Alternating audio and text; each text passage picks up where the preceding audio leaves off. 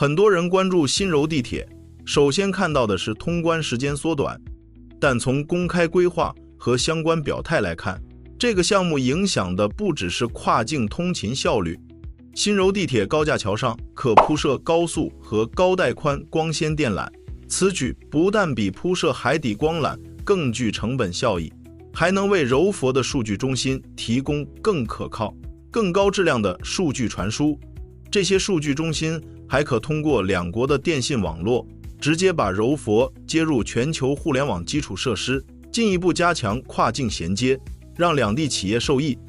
RTS Link 目标在2026年底通车，两端采用新山和雾兰一站式通关。官方和媒体普遍提到的通勤时间大约在15分钟这个量级。跨境连接一旦从排队时间高度波动，变成相对稳定、可预期的日常通道，受影响的就不只是上班路线，企业选址、家庭居住安排、物流组织和跨境用工成本都会随之调整。围绕这条线路展开的讨论也已经超出交通本身，延伸到数据传输、电力互联以及新柔之间更长期的产业协同。新柔地铁高架桥上可铺设高速和高带宽光纤电缆，这将为新加坡和马来西亚企业在柔佛建设数据中心带来商业增长空间。按照他的说法，这种铺设方式比海底光缆更具成本效益，也有助于为柔佛的数据中心提供更可靠、质量更高的数据传输。相关逻辑并不复杂，柔佛近年积极发展数据中心，但数据中心要承接银行、科技公司和区域企业的业务，关键不只是土地、电力和建设成本，还包括跨境网络连接的稳定性、时延和安全性。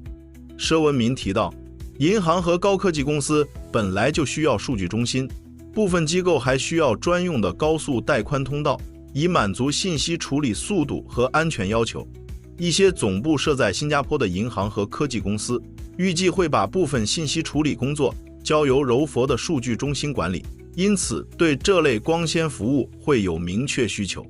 随着柔佛新加坡经济特区协议预料年底签署，加上 RTS 预计在2026年底建成，新柔之间围绕数字基础设施的商业联系正在变得更具体。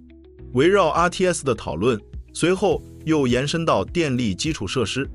SMRT 表示，除了光纤，也在探索绿色电力方面的商业机会，包括研究是否能在约宽10米的新柔地铁高架桥上铺设输电缆。能源市场管理局受询时指出，马来西亚国家能源公司和新加坡能源集团去年已经签署谅解备忘录，就建设新马第2个电力互联器展开技术可行性研究。由于研究仍在进行，当局暂时没有公布更多选址细节。现有的新马电力互联器在1983年启用，并在2020年展开提升工程，双向承载能力已从约500兆瓦提高到约1000兆瓦。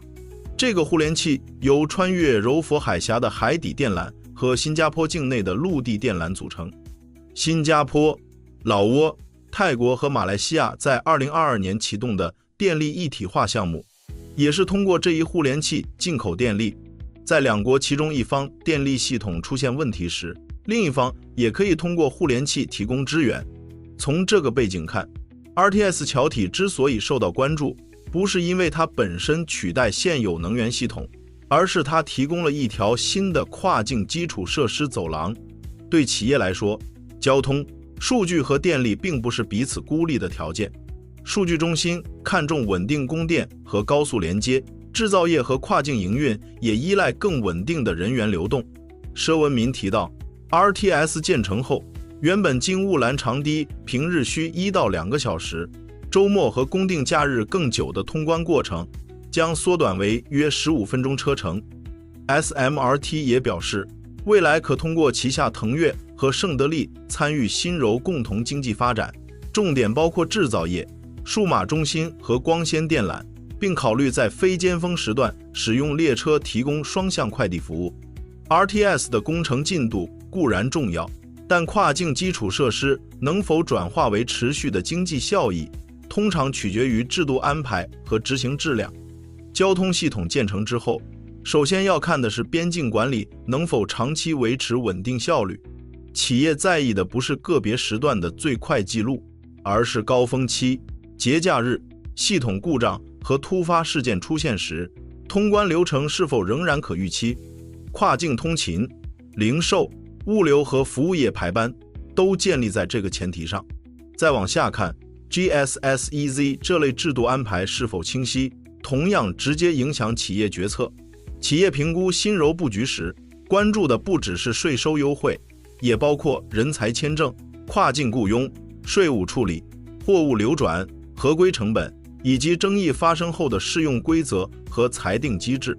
对新加坡企业来说，这些条件尤其关键，因为本地公司通常对法务、合规和时效要求较高。规则稳定，企业才会把部分职能、产能或数据处理环节放到跨境体系中安排。运营层面也一样，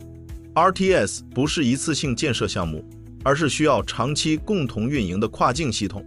SMRT 和 Prasarana 合资成立运营公司，说明双方已经把合作推进到制度化层面。